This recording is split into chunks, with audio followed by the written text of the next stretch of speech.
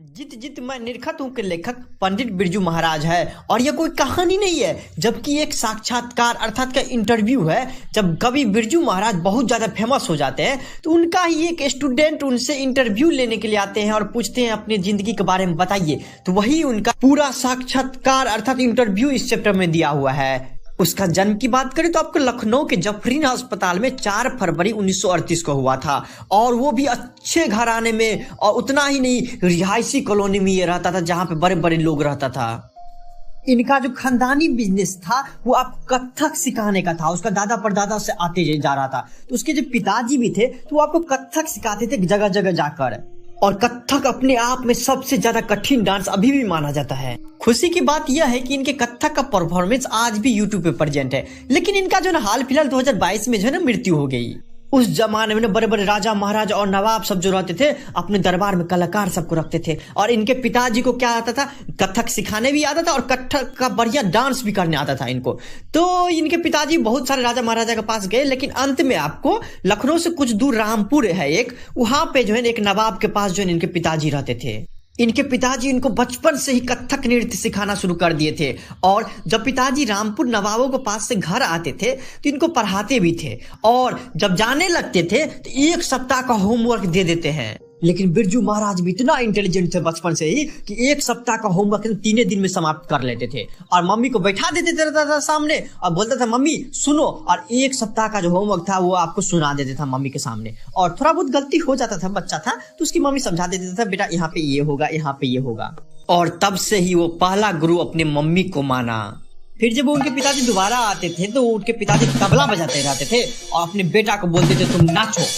एक बच्चा था, छोटा बच्चा था, कितना देर नाचता, 1 घंटा 2 घंटा हो गया नाचते नाचते नाचते पसीना टप टप चूने लगता था। फिर भी पिताजी बोलता था डांस करते रहो तो करते रहो। अब बेचारा बच्चा जो डांस करते रहता था। पिताजी का ऐसा मानना था कि हम इसको इतना रियाज करवा देते हैं ना कि भविष्य में जाकर इसको कभी सीखना ना पड़े या कोई इस पे जो है ना उंगली ना उठा सके। लेकिन माँ तो माँ होती है, वो जब बेटा को देखती थी पसीना टपक रहा है फिर भी नचा रहे हैं इनके पिताजी, तो आती थी और कहती थी आपको जरा भी दया नहीं आता है, अरे आपका ही लड़का है ये, हाँ नाचा 1 घंटा हो गया 2 घंटा हो गया, अब क्या मतलब नचाते नचाते इसको मार ही डालिएगा। और उसके बाद क्या करती थी, वो लेके चली जाती थी। एक दिन की बात है जब पिताजी जो है रामपुर नवाबों के दरबार में जाने लगे तो हम भी जिद कर दिए, नहीं हमको पापा जाना है जाना है जाना है, क्योंकि छोटा था तो बोला कि हमको जाना है, जिद कर दिया पूरा। बोला तुम कहाँ जाओगे बेटा, नहीं जाओ, नहीं हमको जाना है जाना है, कैसे भी जाना है आपके साथ जाना है, हमको राजा महाराजा के नवाब देखना है तो देखना है। तो फिर वो अंतिम में क्या किया, उसके पिताजी बोला ठीक चलो तब साथ में। जब नवाबों का नजर इस छोटा सा बच्चा पे पड़ा तो उसको बुलाया अपने पास, बोला क्या नाम क्या है तुम्हारा, तो बोला बिरजू। नाचते हो नृत्य करते हो, राजा यूं ही मतलब पूछ लिया तो बोल दिया हाँ हम नाचते हैं। राजा को विश्वास नहीं था कि इतना छोटा बच्चा डांस क्या करेगा, फिर भी बोला तो बोला ठीक है कोई दिक्कत नहीं तुम डांस करो। इतना सुंदर डांस किया, इतना सुंदर डांस किया छोटा सा बच्चा कि राजा का मन मोह लिया। और इतना खुश हुआ कि आदेश दिया कि आज से इनका खाना पीना रहना जितना भी खर्चा होगा वो राजकोष से दिया जाएगा और यह बच्चा आज से यहीं पे रहेगा, यह मेरा आदेश है। राजा का आदेश था, कौन टाल सकता था।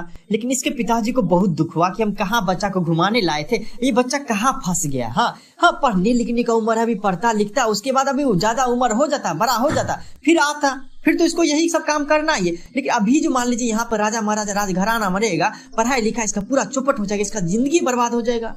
हे भगवान, हे बजरंगबली, अब क्या होगा अगर राजा साहब हमारे बेटा को छोड़ देंगे ना तो आपको 1.25 रुपए का लड्डू चढ़ाएंगे। अपने ही मन में वो बोलने लगा। राजा का आदेश था, लेकिन 2-4 दिन बाद पता नहीं राजा के मूड में क्या चेंज आया क्या नहीं। एक दिन इनके पिताजी को बुलाया, बोला पंडित जी इनको घर ही लेके जाइए, अभी छोटा बच्चा है, अभी पढ़ने लिखने का उम्र है, पढ़ेगा लिखेगा, बाकी बड़ा हो जाएगा ना तो फिर तो यहाँ पे आने ही है। उनके पिताजी पर बोले हाँ महाराज हाँ महाराज। उनके पिताजी तो यही चाहता ही थे कैसे भी मेरा बेटा यहाँ से चले जाए। पिताजी इनको जो है लेकर तुरंत जो है लखनऊ अपने घर आ गए और अपने नहा धोआ के मंदिर चले गए और 1.25 रुपए का लड्डू सबसे पहले जाके चढ़ा दिए। आगे कभी बिरजू महाराज का ही एक दोस्त था जो कि आपको बिरजू महाराज के ही साथ जो है कथक सीखता था, इनके पिताजी ही सिखाते थे। और कभी भी बिरजू महाराज के पिताजी को जो निमंत्रण कहीं से आता था तो डांस सबका या प्रोग्राम सबका तो इन्हीं दोनों को लेके जाता था। हाँ अपना ही बेटा था, लेके चले जाता था। और डांस इतना अच्छा सिखाया था, इतना अच्छा डांस करता था और इतना अच्छा पैसा मिलता था, खूब पैसा मिलता था इन दोनों पे। तो ये क्या करते थे, इनके पिताजी पूरा पैसा अपने पास रख लेते थे।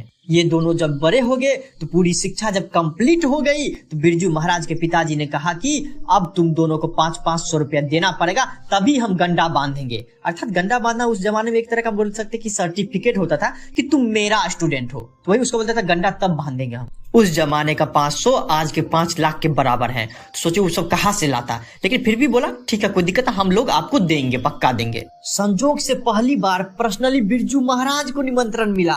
अभी तक तो ये अपने पिताजी के साथ जाते थे, लेकिन थोड़ा बहुत लोग इनको जानने लगे हुए थे, तो जिंदगी में पहली बार दोनों अकेले गए थे।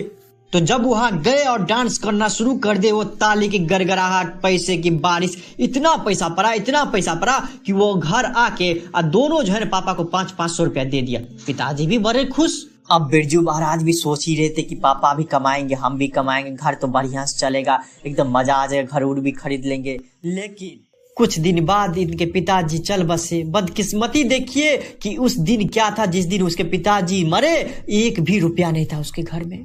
सबसे बड़ी समस्या आ गई तो अंतिम संस्कार कैसे होगी, पैसा तो है नहीं, यहाँ तक कि कफन खरीदने का भी पैसा नहीं बचा था उस टाइम। फिर भी कैसे भी करके अपने चाचा शंभू महाराज से कुछ पैसा लिए और अंतिम कामकाज संपन्न किए। लेकिन पता नहीं इनके पिताजी की मृत्यु के बाद भगवान इनसे रूठ गया था या बदकिस्मती बोलिए कि इसके पास उसके बाद एक भी प्रोग्राम नहीं आया। पैसे तो थे नहीं, तो कभी दुकान से उधारी, कभी चाचा से उधारी ले लेते थे, कभी अगल से, कभी बगल से, मतलब पैसा ले लेके कैसे भी घर चलाते थे। लेकिन कितना दिन ऐसी कर्जा ले लेके चलाएगा। एक टाइम ऐसा आ गया कि इसको अपना घर तक गिरवी रखना पड़ गया। एक तो सर पे कर्ज इतना, दूसरी तरफ पति के शोक में डूबी इसकी माँ भी बीमार रहने लगी।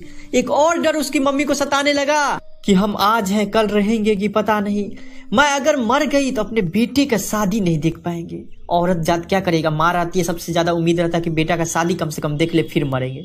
अच्छा होगा कि अपने बेटे का शादी मरने से पहले देख लेते तो कितना अच्छा होता। एक दिन उसकी माँ जो है ना अंततः बोल ही दी कि बेटा हम लड़की देख लिए हैं, तुमको शादी करना पड़ेगा। मम्मी तुम तो देखती हो घर पे कर्जा कितना है, घर गिरवी को रखने के लिए आ गया, खाने के लिए कुछ है नहीं, फिर भी तुम बोलती हो कि शादी कर लेने के लिए। हम कुछ नहीं जानते, तुमको शादी करना पड़ेगा तो करना पड़ेगा। बिरजू महाराज अपनी माँ का एक भी बात नहीं काटता था, क्योंकि उसका पहला गुरु अपने माँ को ही माना हुआ था और आज तक वो एक भी बात नहीं काटा था, तो ये बात कैसे काट लेगा। फिर भी कैसे भी कर्जा उर्जा लेके अपना विवाह शादी किया। फिर क्या हुआ, कहते हैं ना कि घर में आई लड़की जो है लक्ष्मी के समान होती है। ठीक दूसरे दिन बिरजू महाराज को एक प्रोग्राम मिल गया। जब प्रोग्राम देने गए तो एक ही प्रोग्राम में उसको इतना पैसा मिल गया कि एक ही प्रोग्राम से पूरा का पूरा कर्जा समाप्त हो गया। वो भी बहुत खुश हुआ कि कम से कम कर्जा तो समाप्त हो गया, अगर दोबारा हम चाहेंगे तो दुकान वाला साहब ले सकते हैं राशन। इतने में ही दूसरे दिन भी एक प्रोग्राम आ गया इनको। फिर क्या था, वो पीछे उलट के कभी नहीं देखे, एक के बाद प्रोग्राम, एक के बाद प्रोग्राम आते गया, कभी भी इसके जिंदगी में बंद नहीं हुआ। फिर जब पैसा आना शुरू हो गया तो सबसे पहले वो एकदम आलीशान महल बनाया। उसके बाद क्या कुछ दिन बाद एक सेकेंड हैंड साइकिल खरीद लिया। चलाने तो इसको साइकिल नहीं आता था, लेकिन खरीद लिए थे। तो एक दिन इसे सीखने के लिए गए तो किसी को धक्का मार दिए। फिर उस दिन बोला अब हमने साइकिल चलाएंगे। और जब इसका नाम पूरे इंडिया में फैल गया था तो इन्होंने बड़े बड़े शहरों में जो है आपको नृत्य कला खोल दिए, और जितने भी इनके स्टूडेंट थे उनको सबको जो है जहां के थे वही का नृत्य कला उन लोग को सौंप दिया गया। बोला कि तुम लोग को चलाओ और अच्छे से चलाओ। तो इनके हजारों शिष्य में से एक शिष्य थी रसीम वाजपेयी। वो आई थी और इंटरव्यू ले रही थी कि बताइए अपने जिंदगी के बारे में, अपनी पत्नी के बारे में, अपने जीवन के बारे में कि कैसा आपका जिंदगी था। और वो बताते गए और ये इंटरव्यू की तरफ पूछते गए, इसलिए इसका नाम पड़ गया साक्षात्कार। वो कहते हैं कि जब हम स्टेज पर परफॉर्मेंस करने के लिए जाते थे और हमको चेचक हुआ था तो हम इतना मेकअप कर लेते थे कि चेचक का पता ही नहीं चलता था, और हम जब स्टेज पर चढ़ते थे तो कोई पहचान ही नहीं पाता था कि पंडित बिरजू महाराज ही है। और इस लगन से हम डांस करते थे कि किसी को जो है हमारे चेचक पे नजर ही नहीं जाता था, सब हमारा डांस देखते थे। और यहीं पे पूरा ये खत्म हो जाता है।